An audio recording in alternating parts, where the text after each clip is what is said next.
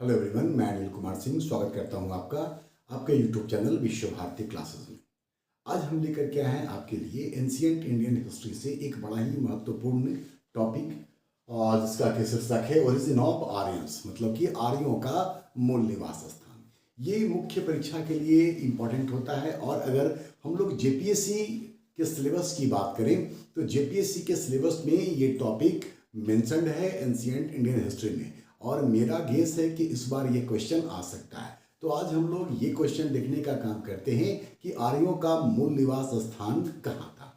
इस क्वेश्चन को कैसे हम लोग लिखेंगे उसके लिए एक छोटा सा फॉर्मेट हम आपके सामने बोर्ड पर ऑलरेडी लिख रखे हैं, जिसको कि आप देख सकते हैं। सबसे पहले एक इंट्रोडक्शन देना होगा। इस इंट्रोडक्शन में हम लोगों को बताना है कि आर्य कौन थे, उनका निवास से संबंधित ये क्वेश्चन है। तो यहाँ हम प्रश्न चिन्ह लगा के रखे हैं कि क्या कुछ अलग अलग मत है।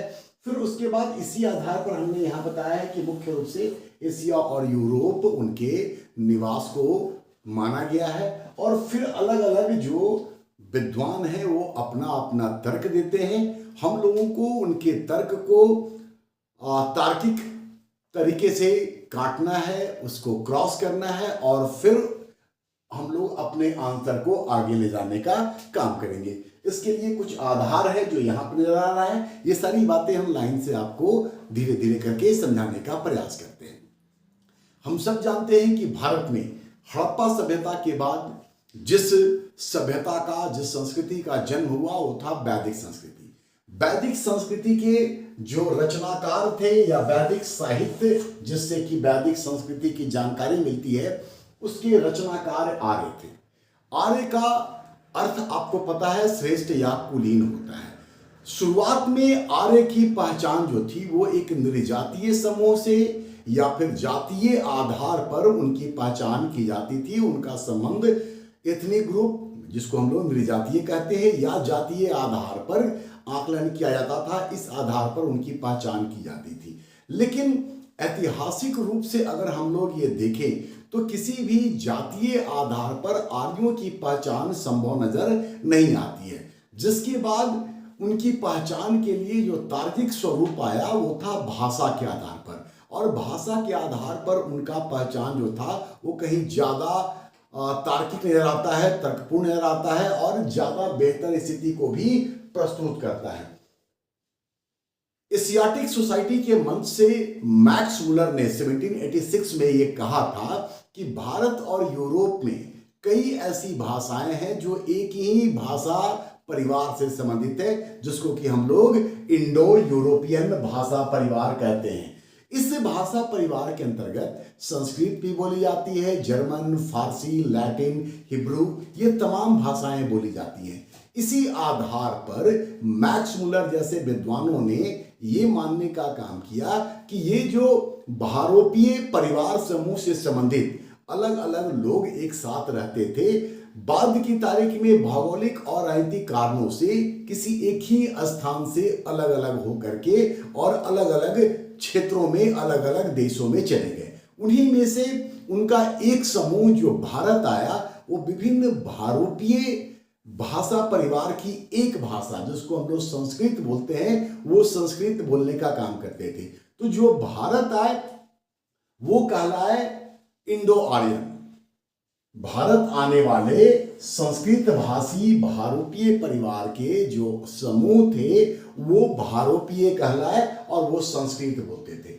इनके आधार पर एशिया और यूरोप के विभिन्न क्षेत्रों को उनका मूल स्थान मानने का काम किया गया है।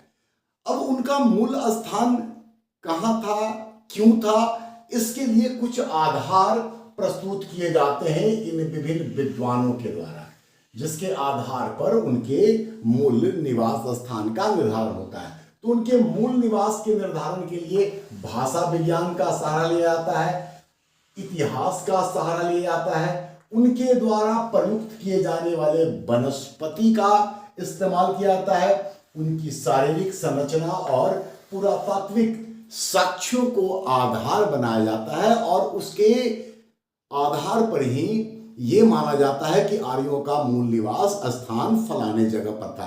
ये मूल निवास स्थान हम लोग खोजने का काम करते हैं इन विभिन्न विद्वानों के माध्यम से। सामान्य तौर पे जो भारतीय इतिहासकार हैं वो ये मानते हैं कि आर्यों का मूल निवास स्थान जो था वो भारत ही था।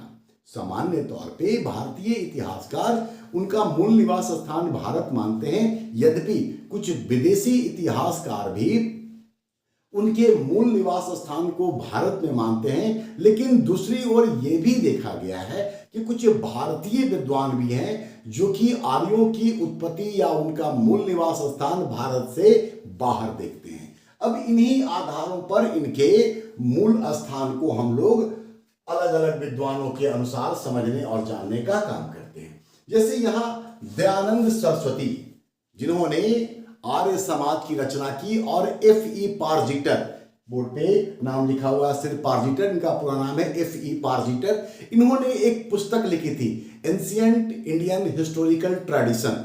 इसमें इन्होंने, दयानंद सरस्वती ने तिब्बत को आर्यों का मूल निवास स्थान बताने का काम किया और अपने तर्क के तौर पर ये लोग ये कहते हैं कि जो आर्य थे उनको पठारी क्षेत्र की जानकारी थी, वो हिमालय के क्षेत्रों को जानते थे और ऋग्वेद में जिन वनस्पतियों का उल्लेख किया गया है वो वनस्पतियां तिब्बत के पठार में मौजूद होती थी, पाई जाती थी।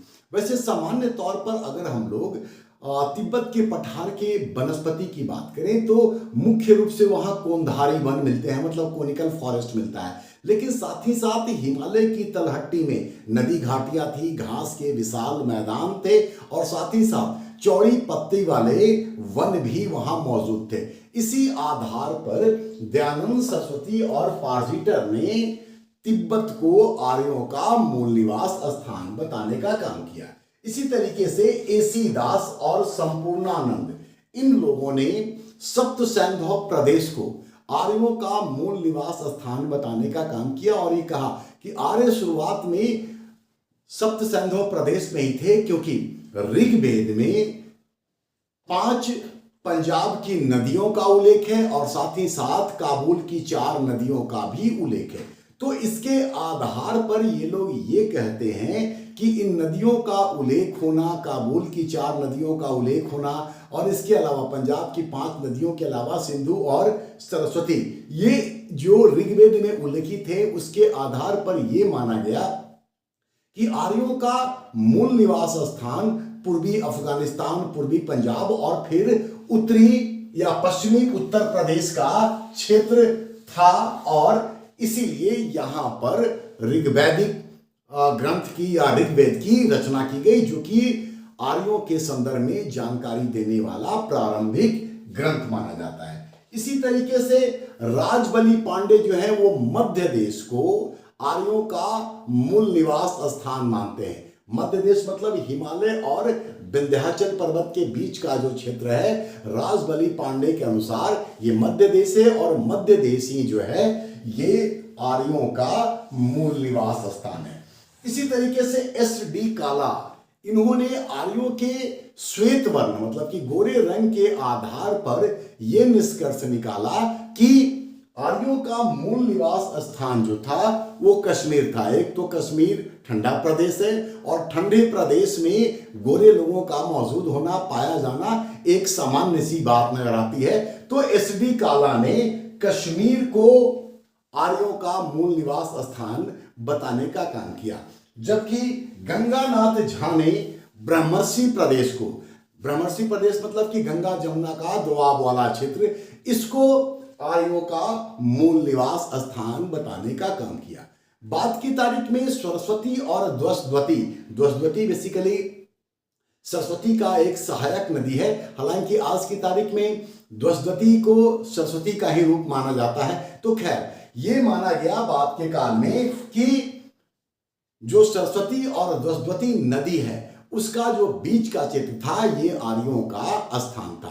तो कुल मिलाकर के अगर हम लोग इनमें विद्वानों के तर्कों के आधार पर जाएं तो हम लोग ये पाते हैं कि आर्यों का मतलब ऋग्वैदिक आर्यों का जो विस्तार था वो अफगानिस्तान से होता हुआ पूरब में गंगा के तट तक पहुंच चुका था। तो ये पूरा क्षेत्र जो था ये आर्यों का मूल निवास स्थान के तौर पर भारतीय विद्वानों के द्वारा, जिनका के नाम हमने यहाँ लिया, जिसमें कि एक विदेशी पार्जिटर भी शामिल है, इन लोगों ने भारत को ही आर्यों का मूल निवास स्थान मानने का काम किया है।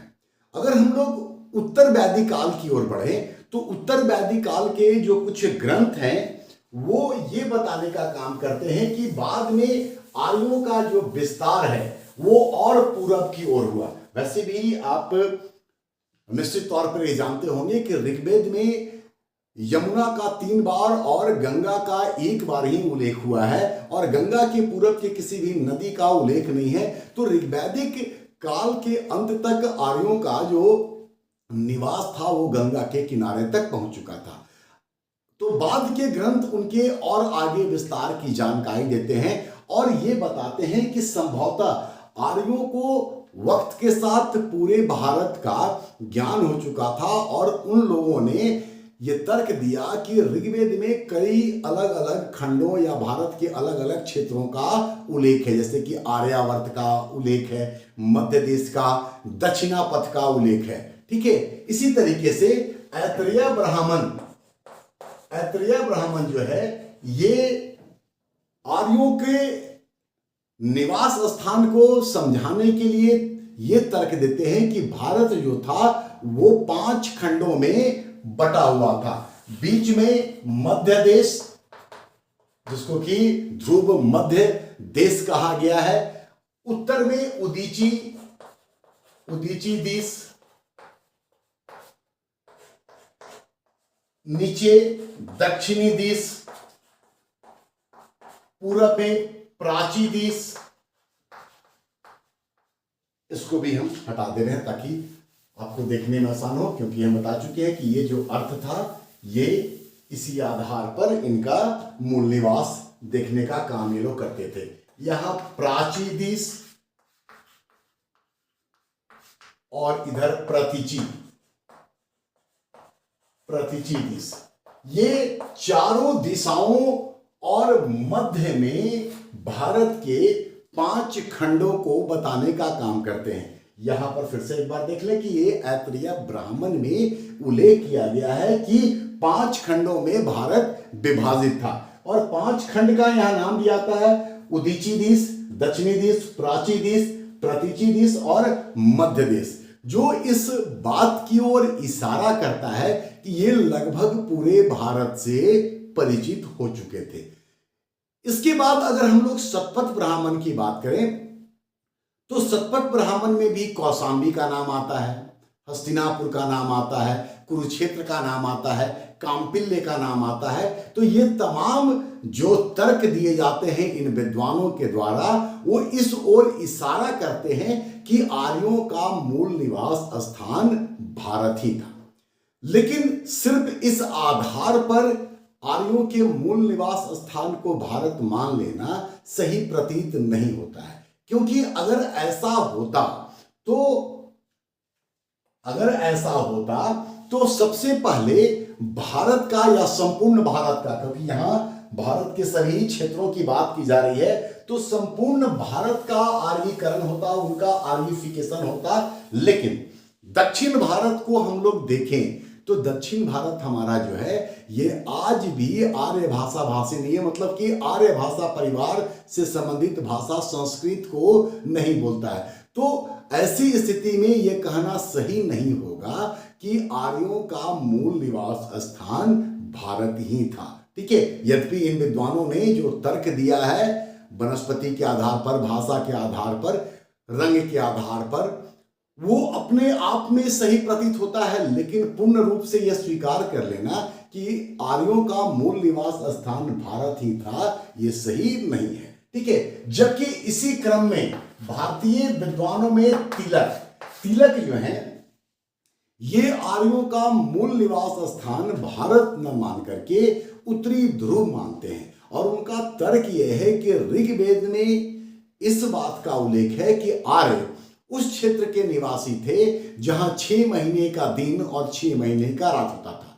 अगर हम लोग पृथ्वी पर ऐसे क्षेत्र की कल्पना करें तो ये सिर्फ और सिर्फ ध्रुव या ध्रुवीय प्रदेश में, पोलर रीजन में ही संभव होता हुआ नजर आता है। एक तो वो ठंडा प्रदेश है, ठंडा प्रदेश होने के कारण गोरे रंग की पुष्टि भी हो जाती है, लेकिन अगर उनका मूल निवास स्थान ध्रुवीय प्रदेश होता, उत्तरी ध्रुव होता, तो आर्य लोग सप्त सैंधव प्रदेश के लिए देवकृत योनि, मतलब कि देवताओं के द्वारा निर्मित क्षेत्र का प्रयोग नहीं किए होते। ठीक है, तो ये इस ओर इशारा नहीं करता है, और कहीं भी ऋग्वेद में ध्रुव या ध्रुवीय क्षेत्र का कोई उल्लेख नहीं है। ऐसी स्थिति में ये एक सिर्फ काल्पनिक बात नजर आती है कि आर्य वहां के निवासी थे। तो तिलक के मत को भी पूर्ण रूपेणा मान्यता नहीं दी जाती है, क्योंकि 6 महीने के दिन रात के आधार पर सिर्फ एक कल्पना मात्र नजर आता है कि इनका मूल निवास स्थान जो था वो उत्तरी ध्रुव था। अब हम लोग एशिया के और एशिया से बाहर अन्य जगहों पर आर्यों के मूल निवास स्थान के संदर्भ में अलग अलग विद्वानों का तर्क देखते हैं। जैसे कि मैक्स मुलर ने ये कहा था कि, या ये तर्क दिया था कि आर्यों का मूल निवास स्थान मध्य एशिया था, और अपनी बात को स्पष्ट करने के लिए उन्होंने ये तर्क दिया कि आर्यों का जो प्रिय पशु था वो था गाय और घोड़ा। उनका जीवन जो था वो कबीलाई था, और ऐसी स्थिति में कबीलाई जीवन समूह और गाय और घोड़ा, इनको लेकर के अगर वो आगे बढ़ रहे थे, उनके साथ अगर ये रह रहे थे, तो उनको एक ऐसे क्षेत्र की आवश्यकता थी जहां उनको चारागाह भरपूर मात्रा में मिल जाए। और उन्होंने कहा कि मध्य एशिया में जो मैदानी क्षेत्र था वहां पर चारागाह इनके लिए आसानी से उपलब्ध था। समशीतोष्ण या टेम्परेट जोन जिसको बोलते हैं हम लोग, ये वहां की जलवायु थी, और ये जलवायु इनको सूट करती थी। तो गाय घोड़ा कबीलाई समूह चारागाह समशीतोष्ण जलवायु, इसके आधार पर उन्होंने मध्य एशिया को आर्यों का मूल निवास स्थान प्रस्तुत करने का काम किया। इसके अलावा उन्होंने ये भी कहा कि ईरानी ग्रंथ जिंद अवेस्ता और ऋग्वेद में कई समानताएं हैं भाषा के आधार पर। साथ ही साथ जो वनस्पति का उल्लेख ऋग्वेद में हुआ है, कुछ वैसी ही वनस्पतियों का उल्लेख जिंद अवेस्ता में भी हुआ है। तो ये भी तर्क उनके द्वारा प्रस्तुत किया गया। अगर हम लोग मध्य एशिया के पुरातात्विक साक्ष्य के आधार पर जाएं, तो 1400 बीसी का बोगज कोई अभिलेख जो है वो ये बताता है कि इस अभिलेख में 4 वैदिक देवता इंद्र, मित्र, वरुण और नासत्य का उल्लेख है। ये बताने की आवश्यकता बिल्कुल भी नहीं होनी चाहिए कि ईरान या मध्य एशिया का जो क्षेत्र है वो मुस्लिम बहुल प्रदेश है, और ऐसी स्थिति में वहां वैदिक देवता इंद्र, मित्र, वरुण, नासत्य का उल्लेख होना, ये इस ओर इशारा करता है कि संभवतः ये लोग ऋग्वैदिक आर्यों से संबंधित थे और ये उनका मूल निवास स्थान हो सकता है। लेकिन मैक्स मुलर के इस बात को, इस मत को खंडन करने का काम करते हैं गाइल्स, और गाइल्स ये तर्क देते हैं कि मध्य एशिया की जो जलवायु है वो उनके लिए अनुकूल बिल्कुल भी नहीं थी। एक तो वहां वर्षा नहीं होता था, और वर्षा नहीं होने के कारण वहां पर घास के मैदान नहीं होंगे जो कि इनके पशुओं के लिए आवश्यक होता था। इसके अलावा गाइल्स ने यह भी कहा कि मध्य एशिया जो ईरान वाला एरिया है वहां पर आज तक आर्य संस्कृति का कहीं कोई लक्षण नजर नहीं आता है।